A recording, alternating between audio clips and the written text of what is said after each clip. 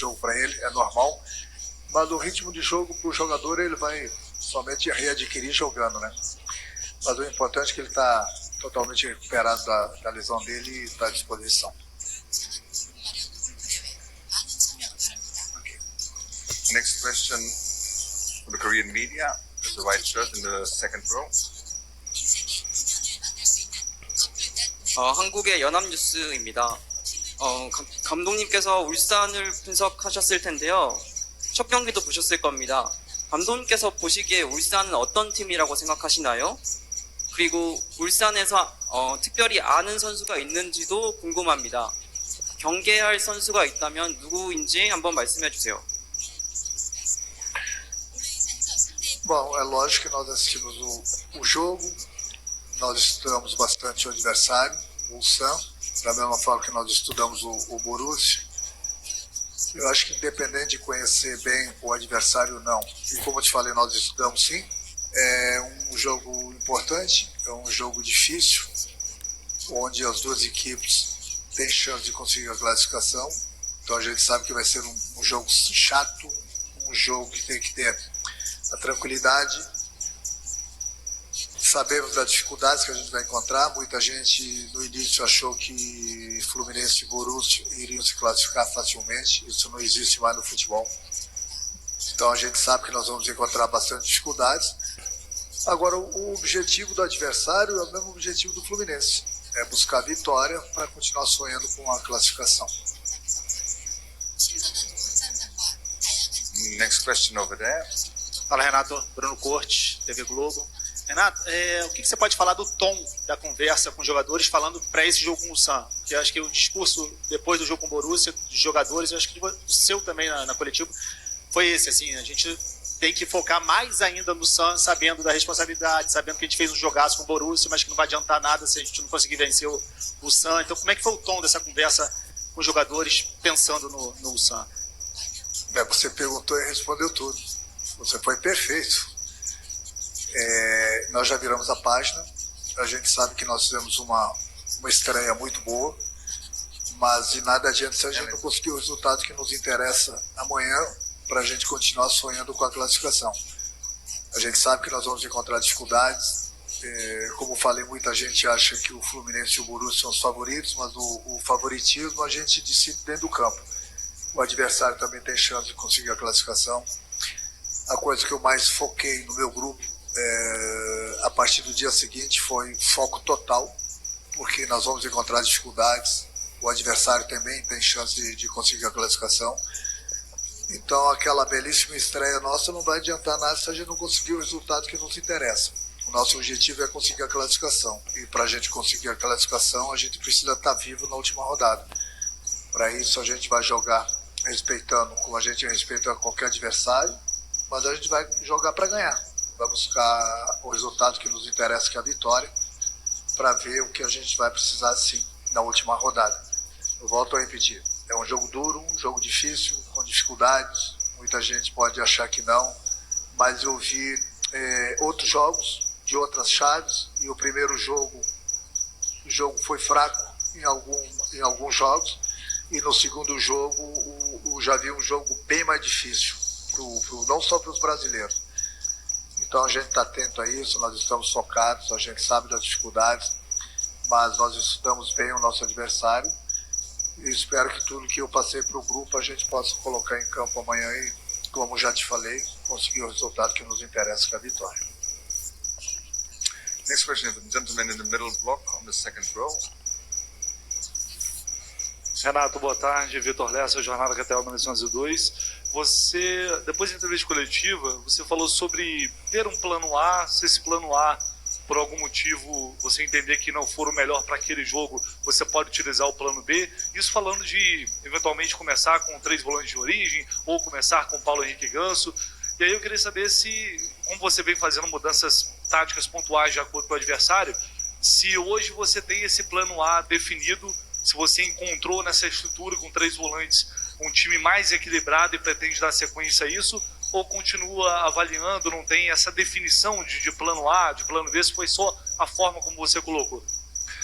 Não, nós temos o plano A e o plano B. depende do adversário, depende do que a gente quer, depende do que a gente precisa.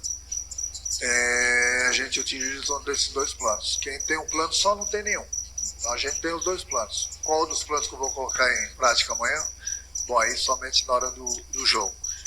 O importante é que qualquer um dos planos que a gente colocar em campo, os jogadores estão preparados. Qualquer plano, eles sabem exatamente o que deve ser feito no campo, independente dos jogadores que entrarem em campo. Eu acho que o principal, no momento, não é só o plano.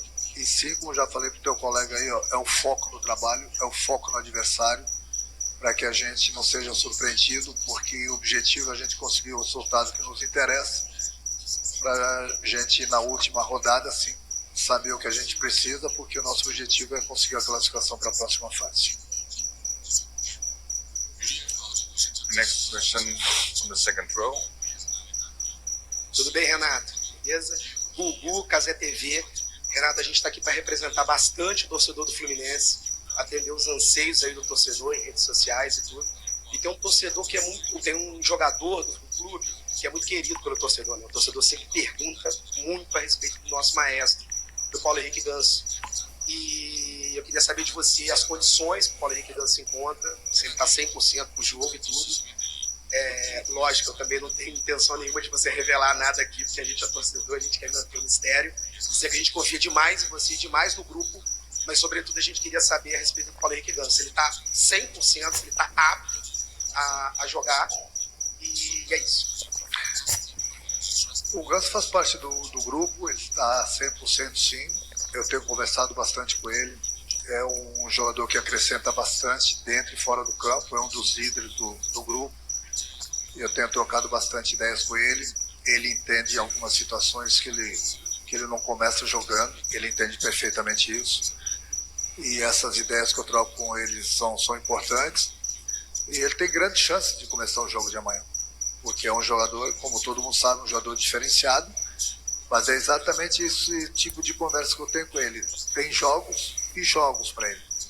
Então pode ter certeza que ele está 100% sim, ele está focado, como os demais jogadores.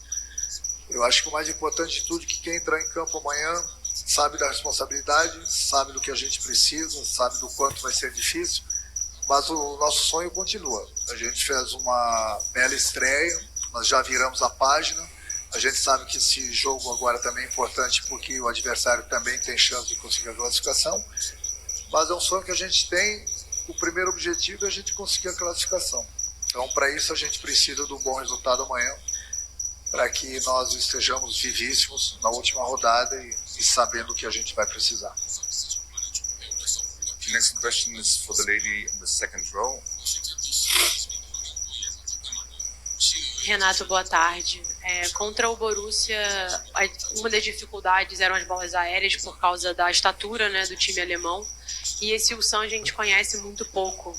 Queria que você falasse um pouco sobre o que, na visão de vocês, vão ser as dificuldades do Fluminense contra o time sul-coreano. Bom, aí fica difícil, né?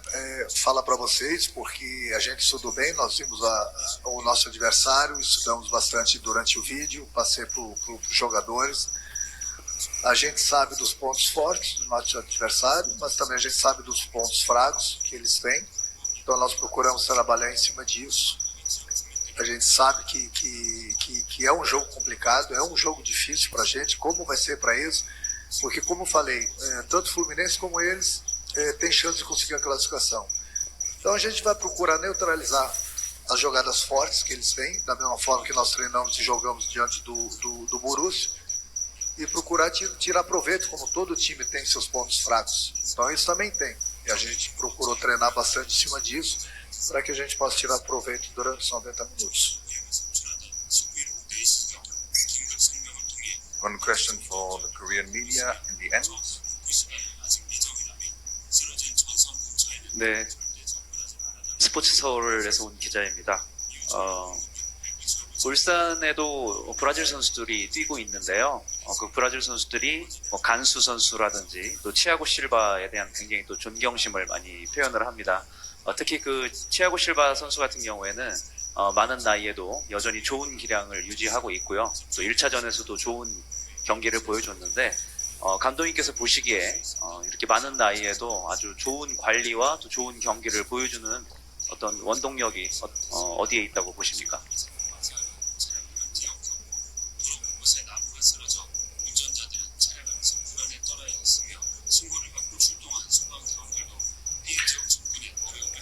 O Eric a gente conhece, eu conheço muito bem. Ele jogou no estado, num time que eu treinava o Grêmio, ele jogou pelo Juventude, a gente conhece muito bem ele. É um jogador que com certeza vai nos dar trabalho, porque é um jogador bastante móvel, que se movimenta bastante. O São, ele tem um time experiente, são jogadores que têm uma experiência muito grande. Já o nosso time é um time que tem experiência com Juventude. Eu acho que vai ser um bom duelo. Tenho certeza que o Eric passou da forma que ele conhece o grupo do Fluminense, o seu treinador. Mas a gente conhece bem também, estudamos bem também o nosso adversário. Então tenho certeza que vai ser um bom jogo. Um bom jogo porque as duas equipes precisam da vitória. Tenho certeza que o adversário e o próprio Fluminense vão propor um jogo em busca dos 3 pontos, que é o que interessa. Como eu já falei, a gente respeita sempre o nosso adversário, vamos respeitar, mas a gente tem que buscar o que nos interessa, que é a vitória. São os 3 pontos para a gente continuar sonhando com a classificação. Thank you so much, Coach, for the press conference today. And then for this evening, we'll have the press conference with the head coach. There's one more question. Yeah, go ahead. Sorry for that. Oi, Renato. Boa tarde. Francisco, da ESPN Brasil. Eu queria uma análise sua. Suas análises costumam ser muito boas sobre esse tema, sobre esse, não vou dizer domínio, mas sobre essas grandes vitórias que os brasileiros e os sul-americanos vêm conquistando nesse Mundial contra times europeus muito fortes. Na sua visão, é algo circunstancial pelo momento do ano, pelas condições climáticas, por algum outro motivo? Ou só isso demonstra realmente a força do futebol brasileiro, que foi algo que você propagou durante muito tempo? Não, muito boa a tua pergunta. Não é a força do futebol brasileiro. Eu acho que a gente tem que valorizar o que o Abel vem fazendo no Palmeiras, o Felipe Luiz vem fazendo no Flamengo, e o que o meu xará, o Renato, vem fazendo pelo Botafogo. Porque se vem para cá e perde, o futebol brasileiro não pode medir forças com o futebol europeu. Se vem para cá ganha, o futebol europeu está voltando agora das férias. Isso não existe no futebol. Porque no final do ano, quando tem o Mundial, quando o futebol europeu pega os clubes brasileiros no Mundial praticamente com 70 partidas, 80 partidas, ninguém dá essa desculpa. O time brasileiro está cansado. O time europeu vem e atropela. Não dá para medir forças com ele. Aí no momento que o futebol brasileiro começa a destacar, começa a ganhar, porque o futebol europeu estava de férias, está voltando agora. Não, eu não concordo. Eu concordo sim que o futebol brasileiro hoje vem fazendo uma grande Copa do Mundo, vem se superando, vem enfrentando adversários poderosos e vem conseguindo resultados dentro do campo. E isso faz com que, nem sempre, somente o dinheiro faz com que vença as partidas. Os clubes europeus, sim, não dá para brigar com eles em termos da parte financeira. Eles podem contratar grandes jogadores, podem formar times fortíssimos, mas o futebol é decidido dentro do campo. E dentro do campo, hoje, o futebol brasileiro, eu falo em termos de povo brasileiro. O povo brasileiro tem que estar se sentindo muito orgulhoso do que os times brasileiros vêm fazendo nessa Copa do Mundo. E não tem desculpa, como já falei, os clubes europeus estavam de férias, estão voltando. Não. O futebol brasileiro vem fazendo bonito na Copa do Mundo, tem que destacar Botafogo, tem que destacar Flamengo, tem que destacar Fluminense, tem que destacar o Palmeiras. Essa aqui é a realidade.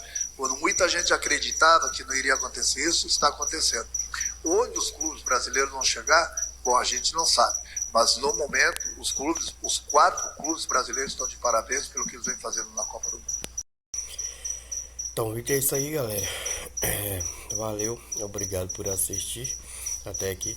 Se curtiu essa resenha, deixa o like, comenta o que você achou do jogo do Renato. E não esqueça de se inscrever, tamo junto pra sempre.